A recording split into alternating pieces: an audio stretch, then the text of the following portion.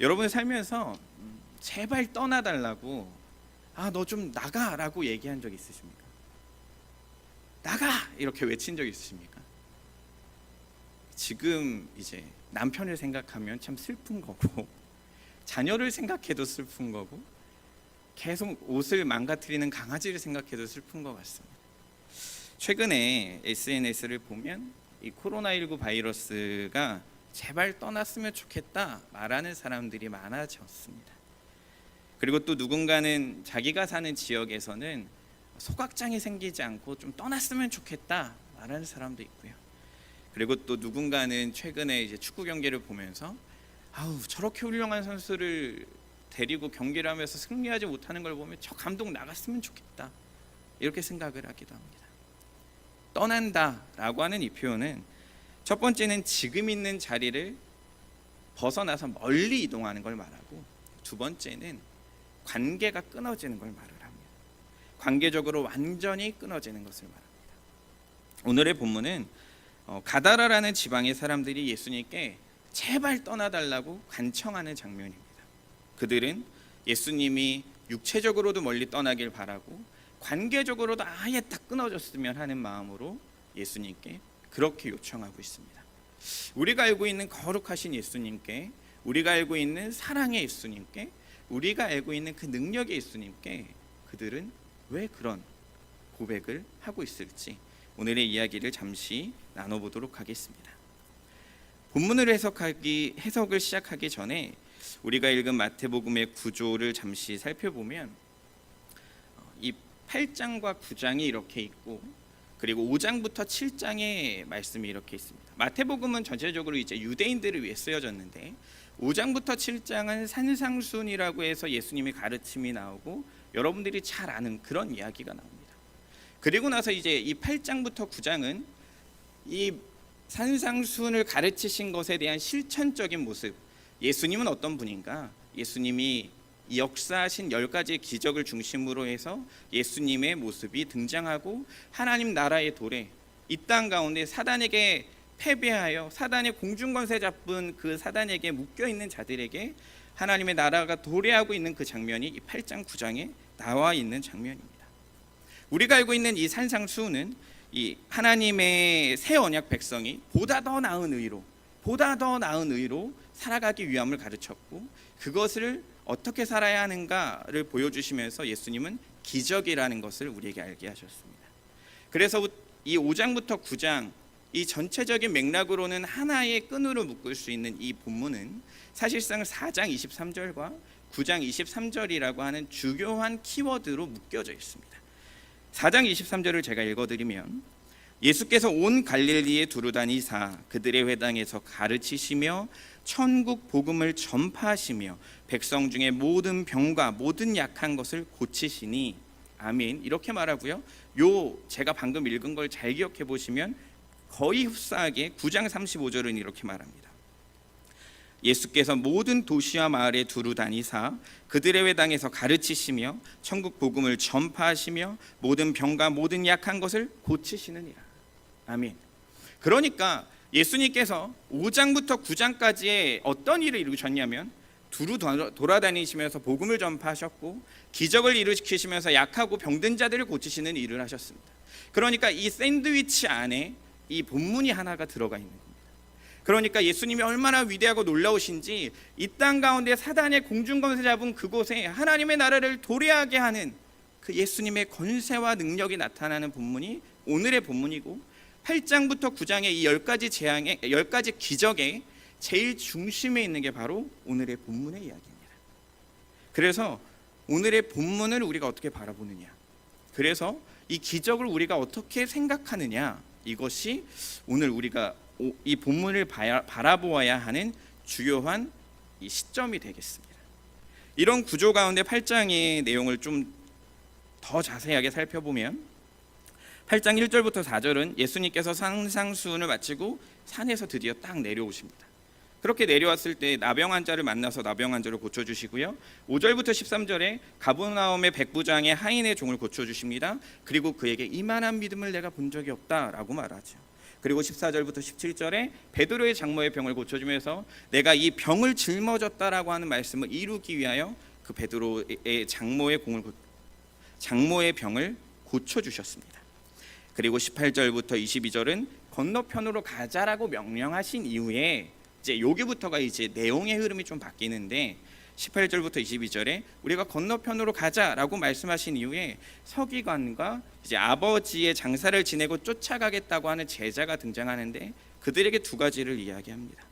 인자는 하나님의 아들은 이제 요 편이 중요한데 인자 하나님의 아들은 머리둘 곳이 없다라고 말씀하시고 그 서기관한테 이야기하시고 그리고 장사하게 하고 아버지를 장사하고 오겠다고 하는 제자들에겐 죽은 자가 장사하게 하라라고 이야기하고 본문의 내용이 시작됩니다. 그러니까 지금부터 이야기하는 이 18절 부분부터 이야기하는 이 8장의 내용은 제자란 어떤 삶을 살아야 되는가, 예수님을 따르는 사람이란 어떤 삶을 살아야 하는가, 그 이야기가 시작되고 있는 쯤입니다. 그리고 나서 예수님께서 배를 타고 제자들과 함께 이 가다라라고 하는 지방으로 딱 떠나가시고 계시는 이 바다 가운데 풍랑이 일게 됩니다. 그렇게 풍랑이 막 일게 되니까 막 제자들이 예수님 죽겠어요 하니까 예수님은 그때 배에서 편안하게 주무십니다. 하나님을 의지하고 편안하게 잘 주무시는데 제자들은 하나님을 의지하지 못하고 막 난리가 납니다. 그래서 예수님한테 난리를 치니까 예수님이 한마디 하시죠. 뭐라고 합니까? 믿음이 많은 자들아 적은 자들아 얘기하십니다. 믿음이 적은 자들아 이야기하시면서 바람도 잠잠하게 하시고 바다가 평안하게 하십니다. 이분이 그때 이제 제자들의 마음에 어떤 마음이 드냐면 이분이 도대체 누구이기에, 이가 도대체 누구이기에 바람과 바다도 순종하는가, 이 질문이 들기 시작합니다. 그리고 나서 오늘의 본문이 시작합니다.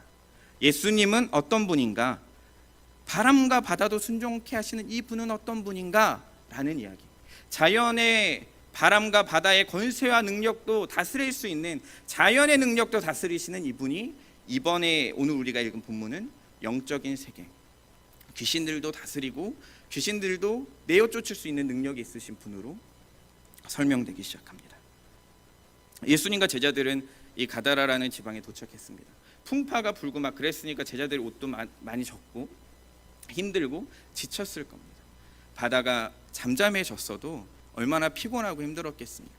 그런데 딱 가다라 지방에 도착하면 누군가가 차 준비 딱 해주고 맛있는 차 한 잔 주면서 잘 오셨습니다 해주면 얼마나 좋습니까? 그런데 누가 이들을 맞이하죠? 귀신 들린 자가 맞이합니다. 그 귀신 들린 자도 어떤 자입니까? 그냥 웃고 다니는, 여기 꽃 달고 그냥 미친 척하는 그런 사람입니까? 아니요. 쇠사슬을 묶어놔도 이것을 풀어서 어떻게 할 수 없는 그런 사람입니다.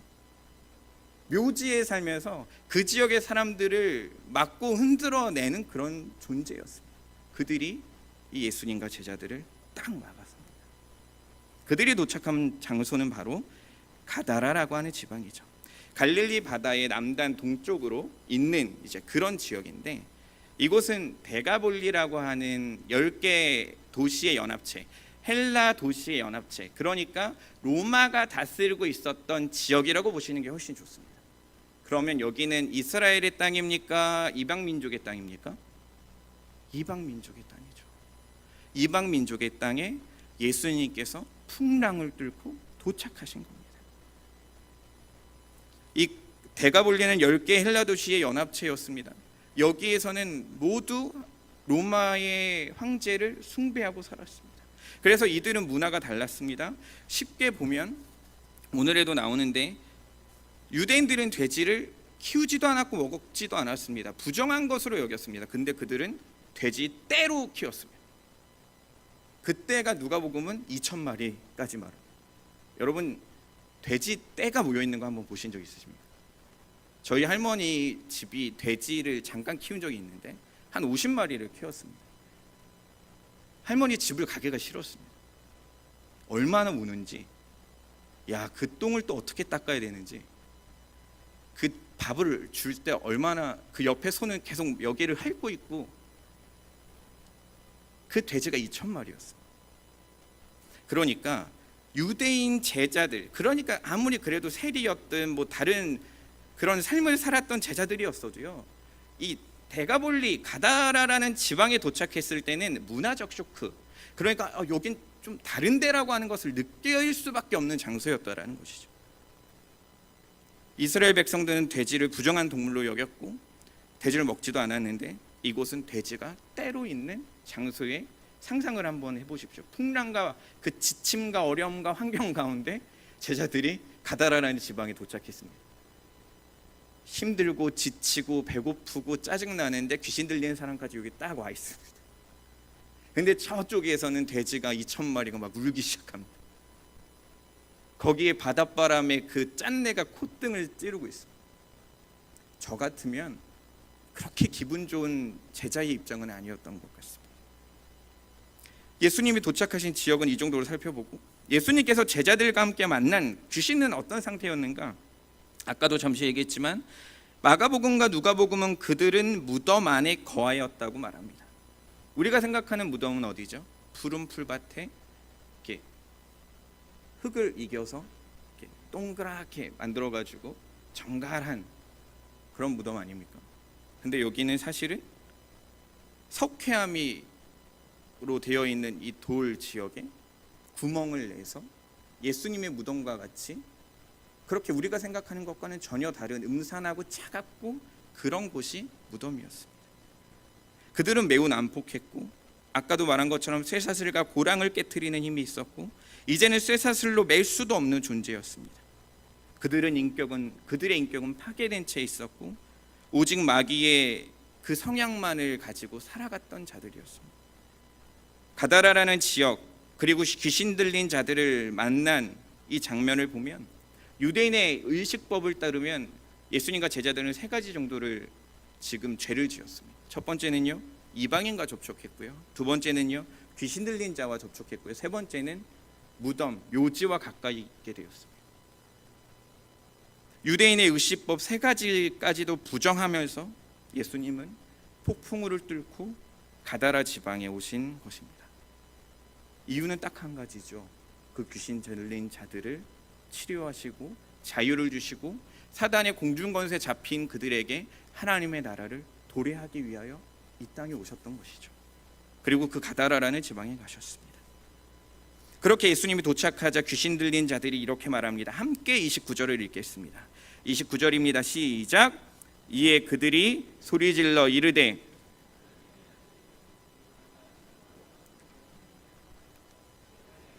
우리를 괴롭게 하려고 여기 오셨나이까 하더니. 아멘. 귀신 들린 자들이 있는 곳으로 가지도 못할 만큼 난폭한 이 자들이 예수님을 만나자마자 딱 한마디를 합니다. 하나님의 아들이여라고요.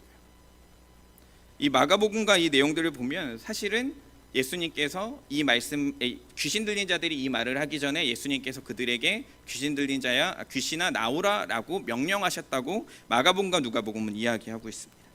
그런데 놀랍게도 이 귀신 들린 자들은 예수님을 향하여 이렇게 표현합니다. 하나님의 아들이요. 저는 오늘의 본문을 설교를 준비하기 전에 아무렇지 않았습니다. 귀신도 예수님을 하나님의 아들로 아는구나. 그만큼 우리 예수님은 엄청 대단하구나. 이 정도로만 생각하고 넘어갔습니다. 그런데 말씀을 묵상하기 시작하고 곱씹고 곱씹어 보니 이 하나님의 아들이여라고 하는 외침이 쉽게 떠나지 않았습니다. 그리고 첫 번째로 이 하나님의 아들이라는 외침은 저에게는 8장 27절 제자들이 풍랑 가운데서 자유함을 얻고 잠잠해진 이후에 한 이야기, 이가 어떠한 사람이기에 바람과 바다도 순종하는가 하더라 라는 이 질문에 대답과 같이 들렸습니다. 예수님은 지금 이 마태복음을 통하여 바람과 바다를 잠잠케 하시는 그분은 누구냐면 하나님의 아들이다라고 말하고 있습니다. 유대인들이 예수님을 바라보며 예수님에게 신성모독이라고 표현하면서 너는 하나님의 아들이 아니다라고 말하지 않았습니까? 그래서 죽여버린 거 아닙니까? 그런데 마태복음은 정확하게 제시하고 있는 겁니다. 하나님의 아들이다. 그래서 이 말씀을 다시 그냥 지나치려고 하는데 더 말씀을 묵상하고 생각해 보니 마태복음 3장 17절이 생각났습니다. 요한에게 세례를 받을 때 하늘에서 이제 음성이 나타나죠. 하늘에서 소리가 있어 가로되 내 사랑하는 아들이요 내 기뻐하는 아들이라 말하지 않습니까? 그러나 우리는 이 말씀을 보면서 예수님은 하나님의 아들이다 라고 하는 이 말씀을 보면서 한 가지 약간, 제가 가끔, 여러분은 어떨지 모르지만 저는 가끔 나도 모르게 하나님을 이렇게 내려놓을 때가 있는 것 같습니다. 하나님과 성령님과 성자 예수님이 한 위로 계셔야 되는데 예수님을 이렇게 내릴 때도 있고 성령님을 이렇게 내릴 때도 있는 것 같았습니다. 예수님이 하나님보다 조금 못한 분으로 느껴질 때가 있었습니다. 여기서 말하는 하나님의 아들이란 것은 예수님께서 하나님이 태어나기 전에 존재하지 않는 시간이 있었다거나, 그러니까 삼위일체 하나님으로서 능력이 약한 분이라고 표현하는 단어가 아닙니다. 성자 예수님이 하나님에게로 나셨다는 것은 하나님께서 피조했다는 것도 아니고 하나님과 어떻게 어느 정도 복사되어졌다는 것도 아니고 예수님이 뭔가 좀 낮은 분도 아니었습니다. 성자 예수님은 영원 전부터 계셨고 전능하시며 지존하신 하나님이시며 태초 전부터 계신 분입니다. 제가 왜 지금 하나님의 아들이라는 이 표현, 이것을 계속 강조하고 있냐면, 피조물과는 절대적인 차이가 있는 이 예수님을 하나님께서는 하나님의 아들, 하나님의 독생자라고 우리에게 말씀하고 계십니다. 죄인인 우리를 구원하시기 위해 이 땅에 보내셨습니다. 보냄을 받았습니다. 영적으로 표현하면 사단의 나라를 파괴하고 무너뜨리기 위하여 예수님께서 이 땅에 오셨습니다. 예수님께서는 완전히 인간이 되어 죄를 짊어지고 죽기 위하여 이 땅에 오셨습니다. 그래서 이 하나님의 아들 예수님이 어떤 분인지가 다시 한번 이해가 되니까 오늘의 본문이 조금 더 이상하게 보였는데, 무엇이었냐면 귀신들이 하나님의 아들이요 라고 외치는 건 당신은 하나님의 아들입니다 라고 그냥 외치고 끝내는 것이 아니라는 것이죠. 우리가 생각하는 귀신과 사단이 그렇게 만만하고 너무나도 나약한 그런 존재들이 아니라는 것이죠. 교묘하고 은밀한 음모를 가지고 있는 그런 자들이라는 겁니다. 그러면서 이 말씀이 생각이 났습니다. 예수님이 이 공생의 사역을 시작하면서 금식하실 때 이 광야에서 사단에게 받은 시험 중에 두 번째 질문, 만일 하나님의 아들이라면 뛰어내려 봐라, 발이 돌에 부딪히기 전에 구원하시지 않겠냐? 쉽게 표현하면 당신이 하나님의 아들이면 그 예수님의 능력, 그 위대한 그 전지전능한 능력 좀 나타내 보라는 것입니다.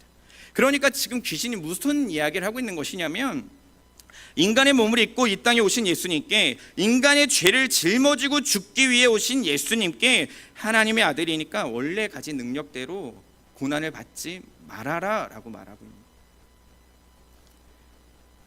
저는 29절을 읽으면서 소름이 돋기 시작했습니다. 예수님은 하나님의 아들이시다라는 이 말은 우리가 생각하는 믿음의 고백도 아니고 예수님을 유혹하고 무너뜨리고자 하는 말이었던 겁니다. 귀신 들린 자가 하나님의 아들이여라고 외치는 것은 귀신도 예수님이 어떤 분인지 안다고 간단히 넘어갈 문제가 아니라 우리가 처절히 기억해야 되는 것입니다. 하나님의 아들이신 예수님께는 온전히 인간이 되어 십자가에서 죽으셔야 하는데 사단은 그렇게 할 필요가 없다고 유혹하며 하나님의 아들이여, 하나님의 아들이여, 하나님의 아들이여 말하고 있는 겁니다. 여러분, 사복음서를 보면 귀신 들린 자들이 가끔씩 예수님께 하나님의 아들이여, 하나님의 아들이여 라고 말합니다. 저는 이것이 예수님이 얼마나 위대하신지 귀신들도 안다라는 정도로만 생각을 했는데, 그것이 아니라 귀신들은 이것을 음모하며 이것을 궤변하며 능력 있는 신으로 그대로 그냥 살아라라고 말하고 있다는 것이죠. 사단이 하나님의 아들이여 외치는 이것은 인간의 모습으로 죽지 말으세요라고 말하는 거예요. 인간을 위해서 죽을 필요 없어요라고 말하고 있는 거예요. 그래서 예수님은 하나님의 아들이시다 라고 하는 이 문장을 말하는 게 귀신이든 하나님을 믿는 자든 중요한 게 아닙니다. 그러니까 무엇이 중요하냐면, 하나님을 믿는 자는 하나님의 아들이란 고백을 하면 평안하고 감사하고 감격 있고 눈물이 나고 그 기쁨을 주체할 수 없지만, 귀신은 하나님의 아들이여라고 외치면 두려워하고 떨게 됩니다. 우리 다 같이 한번 외쳐볼까요? 하나님의 아들이여. 시작. 하나님의 아들이요. 여러분 두렵고 떨리고 막 죽을 것 같고 그러십니까? 그러면 안 되는 거예요. 야고보서 2장 19절이 우리에게 확실히 말합니다. 내가 하나님은 한 분이신 줄을 믿느냐? 잘하는도다. 귀신들도 믿고 떠느니라 라고 말합니다. 그들도 압니다. 그들도 믿습니다. 그런데 그들은 떱니다. 그러나 우리는 예수님을 믿는다면 평안하고 감사하고 기뻐하고 감격하고 살게 됩니다. 그런데 똑같은 것을 믿어도 귀신 들린 자, 귀신은 그렇게 믿지 않고 두려워하고 떨게 되는 것이죠. 귀신 들린 자들은 두려워하며 떨며 예수님께 간청합니다. 병행 구절입니다. 이 마태복음 말씀이 마가복음에도 있고 누가복음에도 있는데 8장 31절에서는 귀신들이 무적행으로 들어가지 않게 해달라고 간청합니다. 예수님의 능력을 그들이 알았기 때문입니다. 그들은 마지막 힘을 모아 예수님께 간청합니다. 하나님의 아들이여, 우리가 당신과 무슨 상관이 있나이까? 때가 이르기 전에 우리를 괴롭게 하려고 오셨습니까? 라고요. 귀신 들린 자들의 말을 문자적으로 해석하면 우리가 당신과 무슨 상관이 있나이까? 라고 하는 이 워딩은 이제 원어를 해석하면 우리가 공유하는 것이 무엇입니까? 우리가 공통점이 있는 게 무엇입니까? 라고 하는 질문입니다. 그러니까 귀신들의 목적은 죽이고 파괴하는 것이지만 예수님의 목적은 살리시고 생명을 주고 영원하게 하시는 것이 다른 목적을 가지고 있고 다른 공통점이 전혀 없는 존재인데 왜 나에게 이렇게 말씀하냐고 이야기하고 있는 겁니다.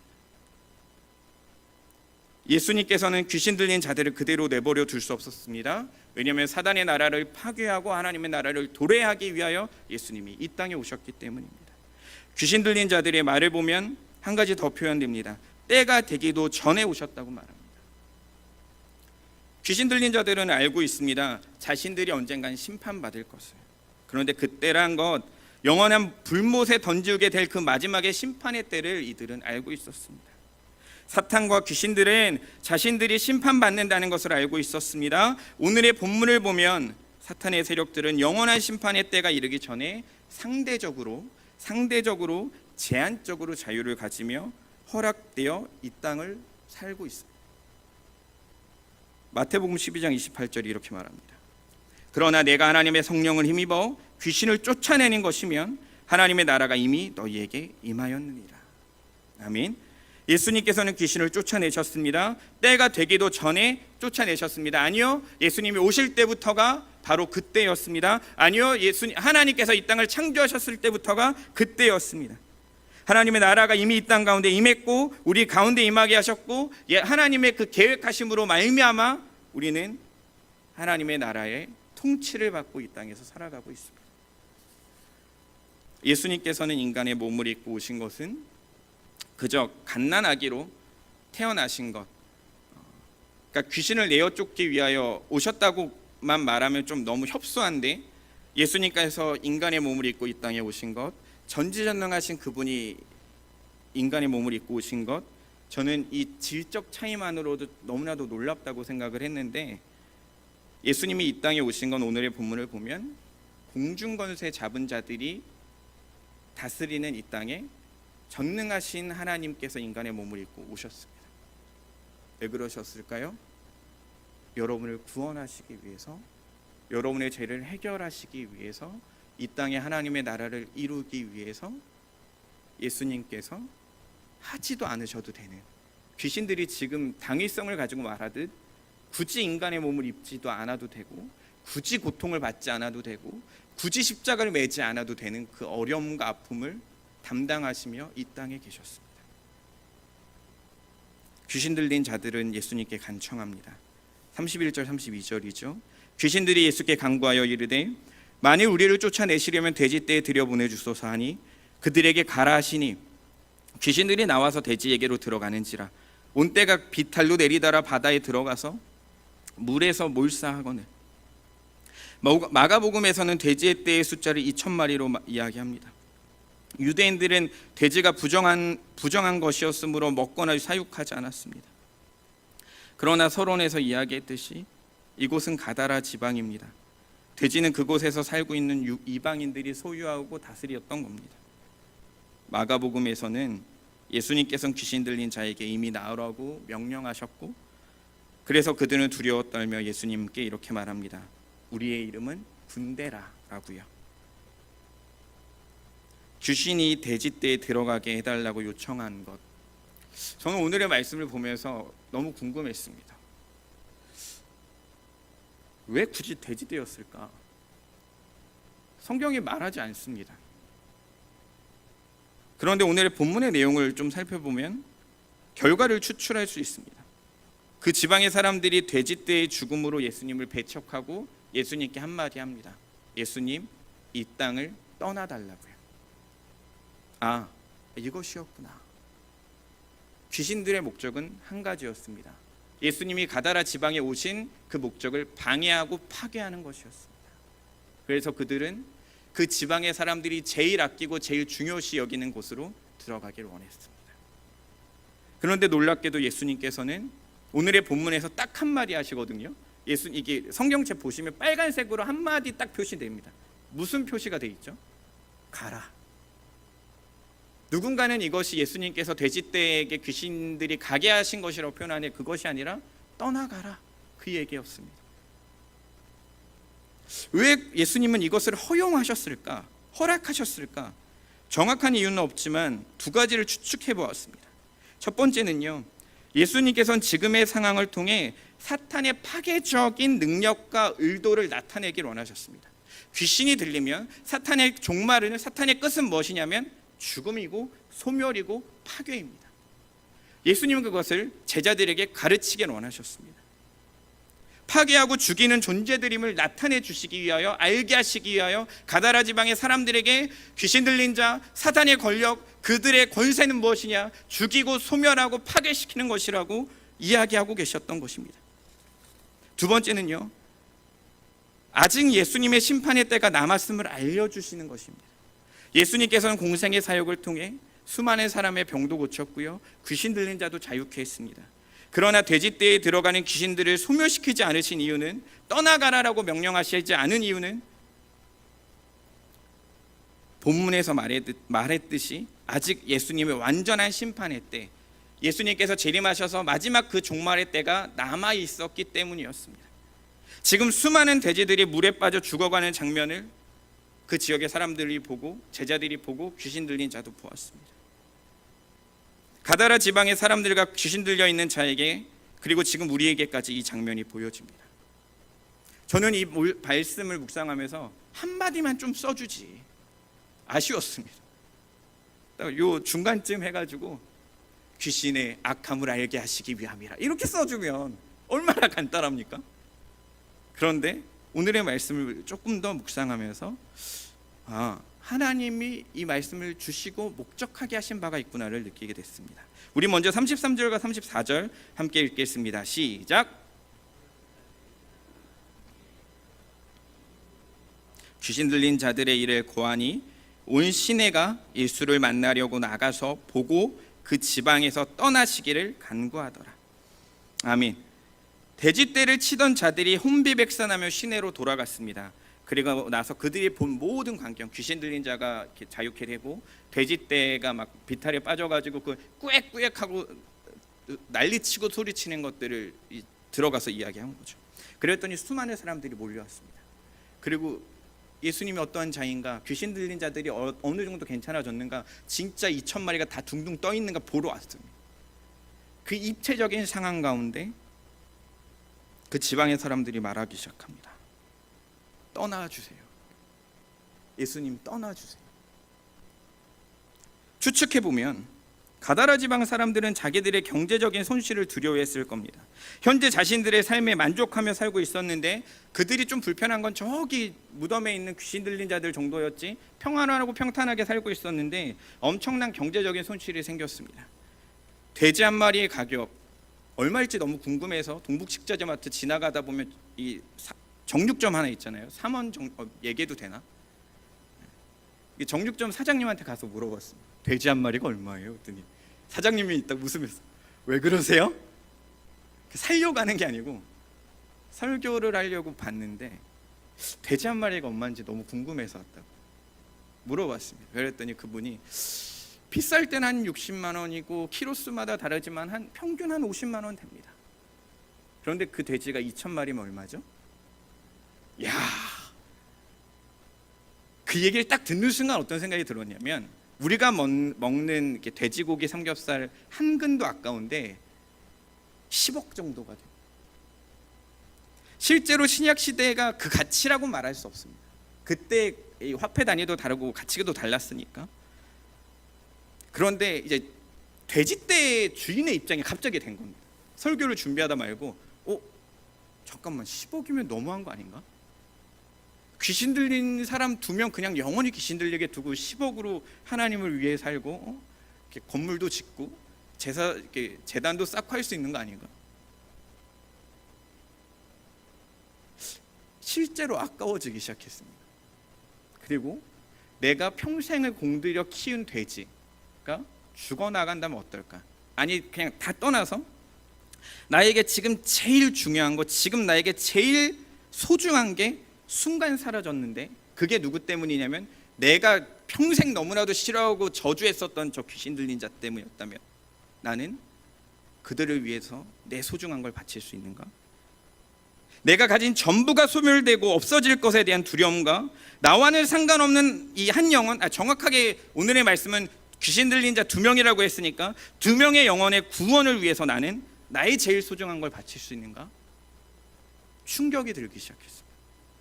솔직히 한 영혼이 천하보다 귀하지만 천하를 한 10억이면 천하를 살 수 있을 것 같은 느낌이 들었습니다.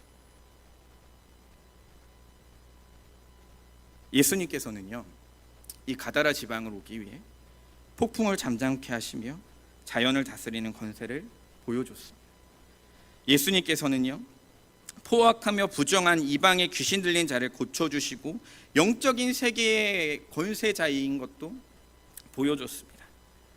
그런데 이제 내가 가다라 지방의 돼지 2,000마리의 주인이 되어 생각해 보니까 나라도 예수님 떠나달라고 말할 것 같았어요. 그리고 나서 이어서 기도하기 시작했습니다. 주님, 저의 믿음 없음을 제발 용서해 주십시오. 돈에 눈멀고 권력에 눈멀고 평안함에 눈머는 내 믿음 없음을 용서해 주십시오. 예수님께서 보여주시고자 하는 목적이 무엇인지 알았는데 그것과는 상관없이 내 안에 제일 소중한 것이 사라지면서 내가 제일 싫어하던 자들이 자유케 되는 것을 내가 원할 수 있을까? 아니요, 아직 제 믿음은 그렇지 못했습니다. 이렇게 돼지떼의 주인의 감정에 대입돼서 예수님에게 떠나달라고 간청하는 것이 솔직히 맞는 행동같이 느껴질 때쯤 오늘의 말씀을 묵상하며 한 가지 생각이 들었고, 오늘 나눈 내용이 그 내용들이었습니다. 이렇게 생각이 바뀌는 것, 제자의 위치에 있어야 하는 내가 가다라 지방의 돼지떼의 주인이 되어 예수님을 저주하고 떠나달라고 말하고 있는 것은 귀신이 원하는 것이구나, 사단이 원하는 것이구나. 귀신은 이러한 마음을 먹게 하기 위해서 돼지떼에 들어가겠다고 말했구나. 예수님께서는 귀신을 돼지떼에 들어가라고 명령하지 않았습니다. 허용했을 뿐입니다. 의미를 살펴보면 예수님은 유대인들이 부정하게 여기는 것, 그 부정하게 여기는 돼지 안에 부정한 귀신이 들어가 그 모두가 몰살되어지는 죽음, 그들의 최종 심판을 보여주신 건데, 제자의 입장에서 봐야 되는 내가 돼지떼의 주인의 입장에서 봐서 아까워하고 예수님 떠나달라고 말하고 있었던 겁니다. 사단은 결국 심판받아 죽게 됩니다. 우리는 이 땅에서 결국 죽고 하나님 나라에 가게 됩니다. 우리가 입고 우리가 먹고 우리가 마시는 건 결국 썩어 없어질 겁니다. 그럼에도 귀신은 교묘하게 예수님에 대해 편견을 갖게 합니다. 우리의 마음밭에 가라지를 뿌립니다. 귀신을 내어쫓는 예수님의 능력보다 2,000마리가 너무나도 아깝지 않냐, 동물을 학대하는 거 아니냐라고 말하고 있습니다. 그들에게 최종적인 목적은 예수님을 믿지 못하게 하는 것이 이 귀신의 목적이고 사단의 목적입니다. 여러분, 우리의 삶을 돌아보길 바랍니다. 예수님은 오늘의 말씀을 통해서 현재를 살아가는 우리들이 제자들과 같이 말씀을 깨닫기를 원하고 계십니다. 가다라 지방에 있는 사람이 아니라 제자의 위치에서 예수님의 기적을 보고 예수님께 감사하고 우리가 이렇게 살아야 되는구나를 알길 원하고 계시고 있습니다. 돼지떼의 주인에게는 불편하고 불가능한 이야기지만 예수님의 제자에게는 너무나도 놀랍고 감사한 이야기 아닙니까? 예수님께서 산에서 내려오셨습니다. 나병 환자를 낫게 했습니다. 백부장의 하인을 낫게 했습니다. 베드로의 장모를 낫게 했습니다. 그리고 폭풍우를 잠잠케 했습니다. 그 외에도 중풍병자를 낫게 했습니다. 안진뱅이를 일으켰습니다. 눈먼 자를 낫게 했습니다. 이 모든 걸 떠나보내도 나 같은 죄인을 구원하신 분이 예수님입니다. 그분이 그래서 우리의 전부고, 그래서 그분이 우리의 구원이고, 그래서 그분이 우리의 모든 것인데 10억 2천 마리가 더 중요하게 보이는 이 부족한 종의 모습이, 부족한 저의 모습이 오늘의 말씀을 보며 통해 자복하게 했습니다. 예수님께서는 굳이 가다라 지방까지 갈 필요 없었습니다. 이방 민족이지 않습니까? 예수님은 제자들에게, 여러분에게 보여주기를 원하셨습니다. 예수님은 이방인도 구원하기 원하신다. 부정한 자들도 구원하기 원한다. 내가 싫어하는 사람도 구원하기 원한다. 군대 귀신 들린조차도, 그런 사람들조차도 예수님께서 물리칠 수 있다. 사단은 결국 망한다. 귀신은 결국 망한다. 우리는 힘들고 어려운 일이 있을 때 생각해야 합니다. 내가 제자의 삶을 선택할 것인가, 가다라 지방의 사람의 삶을 선택할 것인가. 폭풍우 때문에 힘들고 잠을 잘 못 자고 바다에 빠져 위험에 닥쳐도 나는 제자의 삶을 살 것인가, 평안한 가다라 지방의 삶을 살 것인가. 마태복음 8장만 보더라도 풍랑을 잠잠케 하고 중풍병을 낫게 하고 베드로의 장모의 병을 고치신 분이 예수님입니다. 여러분에게 간절히 부탁합니다. 여러분의 인생에서 예수님께서 이루신 일들을 기억하시길 바랍니다. 그것이 기억나지 않으면 말씀을 통해서 그것을 기억하시길 바랍니다. 우리 함께 기도할까요? 오늘은 잠시 기도 같이 하신 이후에 찬양하도록 하겠습니다.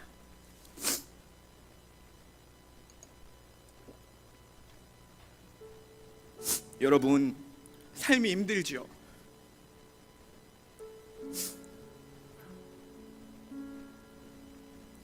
폭풍이 불고 바다가 잠잠할 때가 한 번도 없는